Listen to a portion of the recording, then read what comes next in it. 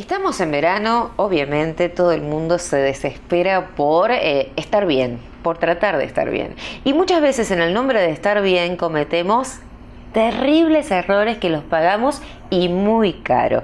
Por eso ya tengo aquí como invitado, a quien le quiero agradecer de todo corazón por su tiempo y su deferencia, al doctor Alejandro Amarilla, director del Centro de Calidad de Vida del Instituto de Cardiología de Corrientes. Doctor, bienvenido.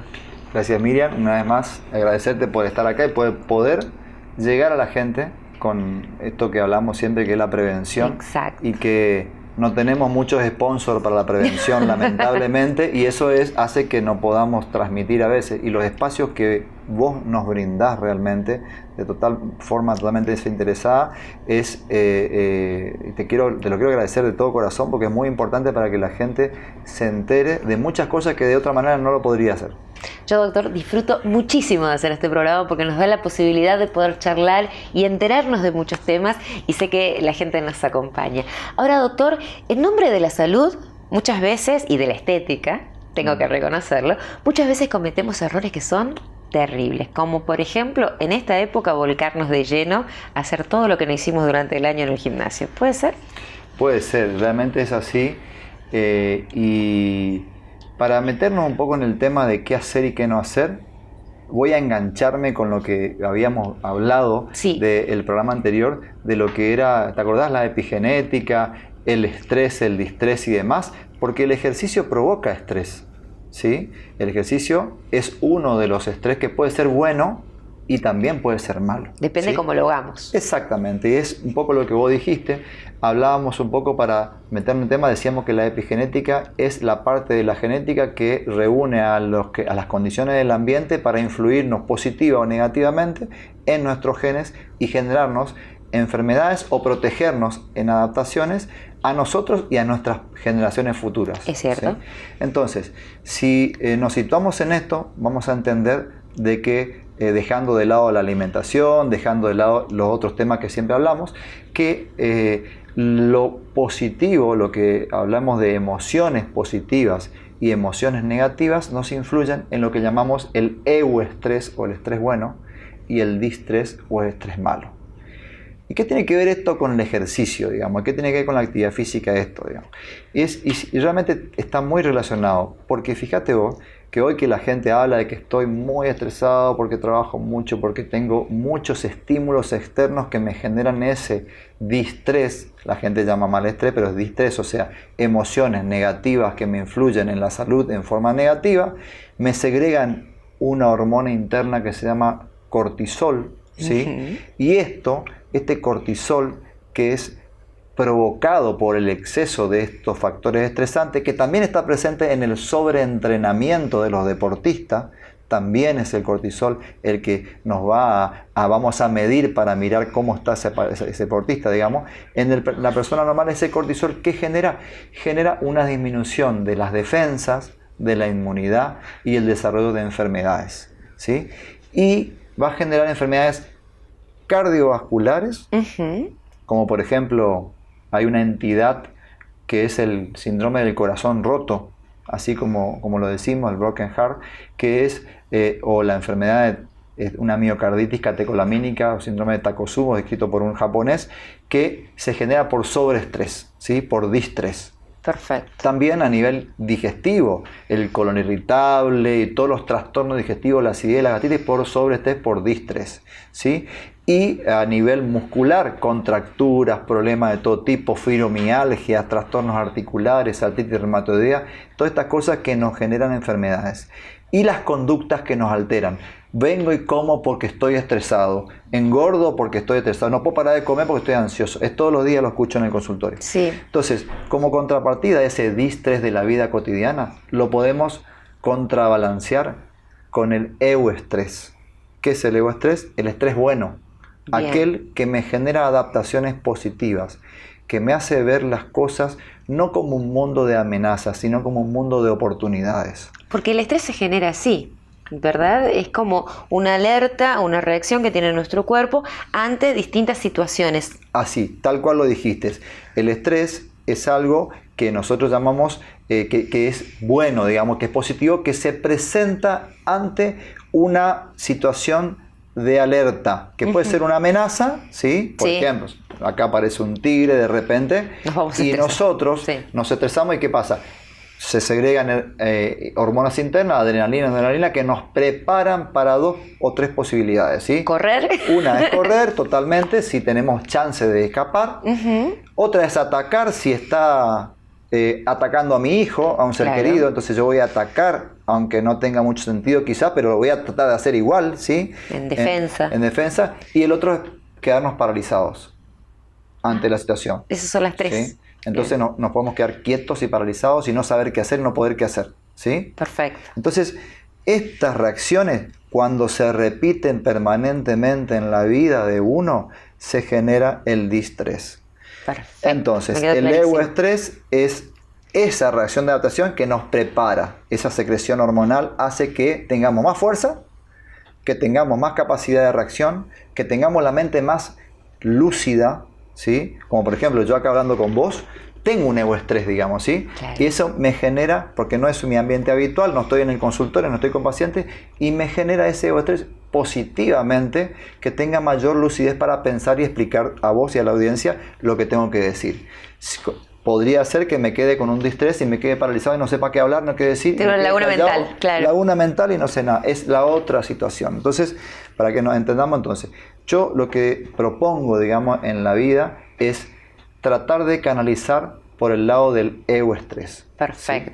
¿Sí? Y acá es donde juega un rol fundamental la actividad física, el ejercicio físico, que va a generarnos otras hormonas diferentes al cortisol, que son las beta-endorfinas y las oxitocinas, que son hormonas internas que nos van a generar internamente sensaciones placenteras de analgesia, de mayor energía, a pesar de que nos estamos cansando, y que van a contrarrestar el estrés malo. Eso es lo que nosotros interpretamos, por ejemplo, cuando estamos haciendo un ejercicio que nos cuesta y logramos el objetivo y el profesor dice, está todo bien, dale que podés. Y es como que esa fuerza interna que se va generando en uno para lograr y alcanzar lo que uno se propone. Claro, eso es una cuestión fundamentalmente también psicológica porque logré el objetivo. Perfecto. Pero del punto de vista biológico y del punto de vista neuroendocrino y hormonal, se liberan a partir de cierto tiempo y cierto umbral de actividad física estas hormonas que van a, de alguna manera,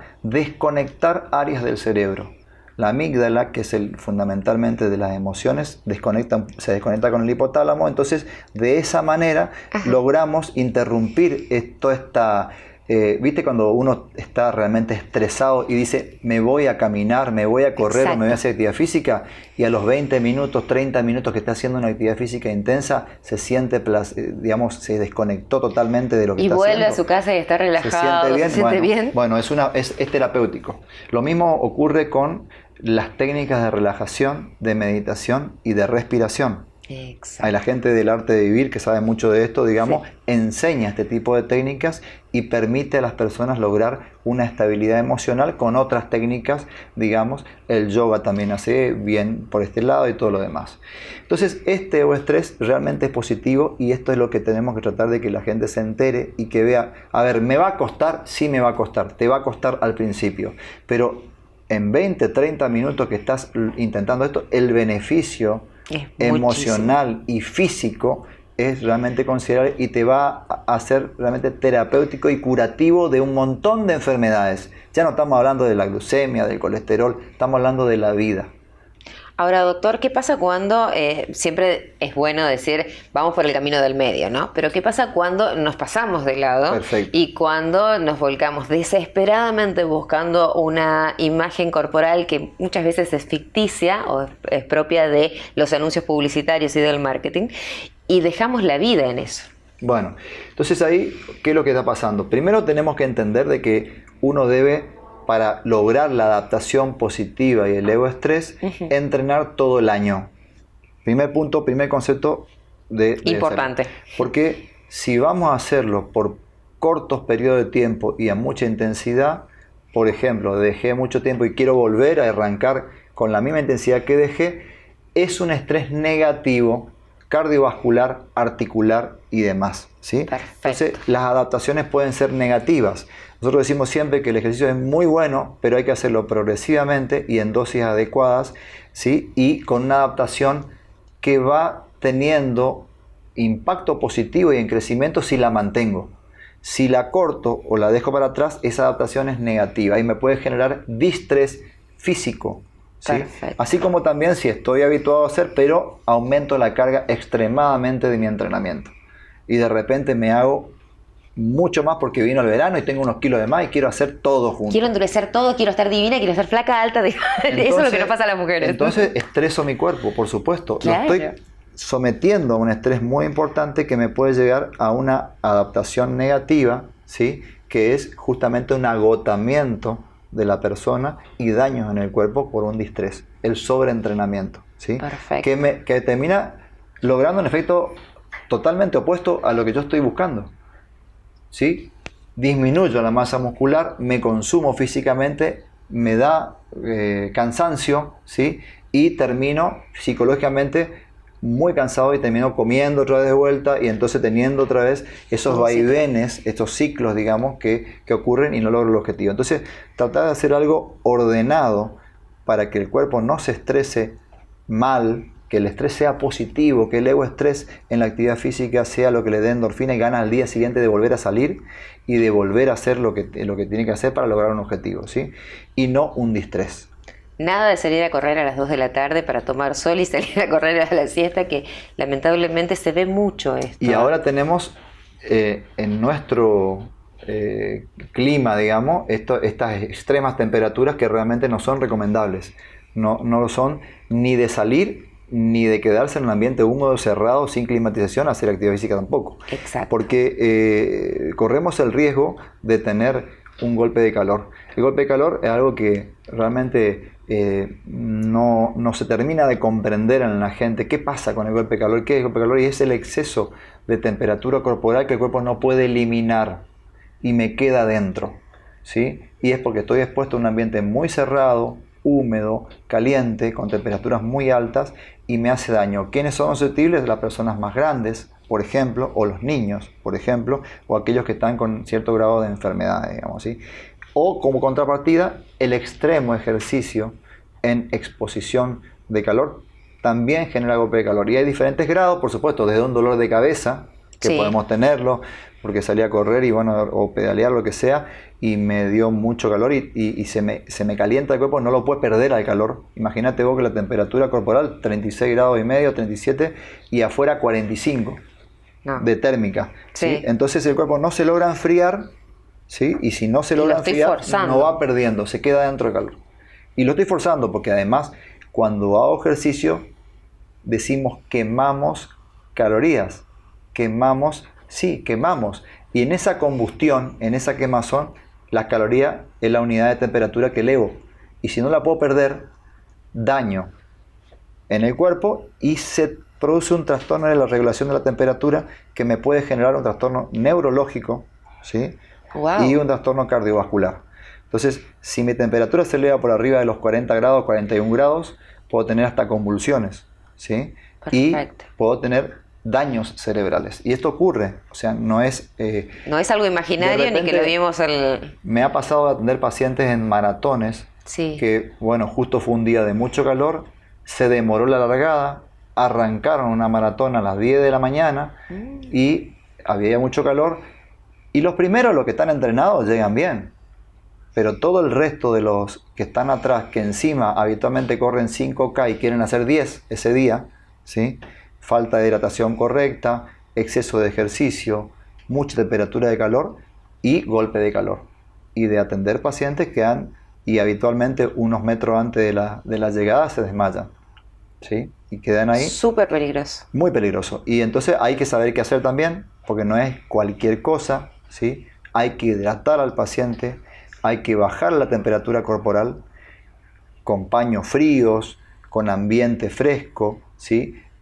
Y evitar que esa temperatura llegue a seguir subiendo y provocarle problemas neurológicos, renales y demás. ¿Cuál sería el consejo para toda la gente que nos está viendo, doctor? Bueno, si hablamos de esto, redondeando toda la charla, que tome el ejercicio físico como un estrés positivo. Perfecto. Que lo utilice como una herramienta para beneficiarse de todas las enfermedades, ¿sí?, que relacionadas con el distrés. Que no se exceda, porque se va a provocar con ejercicio distrés y eso es lo que no queremos, digamos, que no se exceda de más, que no lo haga en exceso, digamos, ¿sí?, si no está preparado, sobre todo, que lo haga regularmente y que se cuide de las temperaturas extremas en nuestra región. ¿Cómo hacerlo?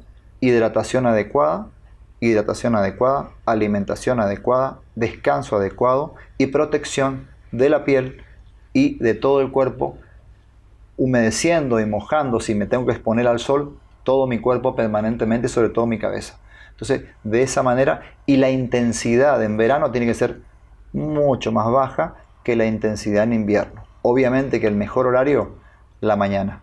Bien temprano, cuando sale apenas el sol, ¿sí?, las temperaturas son adecuadas, es el horario ideal para entrenar, luego de un desayuno, por supuesto, no en ayunas, y lograr el mayor beneficio de rendimiento físico en esas horas de la mañana, porque a la siesta no lo voy a lograr el menor rendimiento y puedo sobreestresarme, distresarme y sobreentrenarme y hacer un efecto negativo de la actividad física que estoy buscando, al revés de lo que estoy buscando. Doctor, sumamente claro, es un placer realmente y gracias por su tiempo. No, gracias a vos, Miriam, y de vuelta te repito que para mí es un placer poder transmitirte a vos y a toda la audiencia tuya estos conceptos porque son muy importantes y realmente les sirven. Gracias. Pausa y ya volvemos.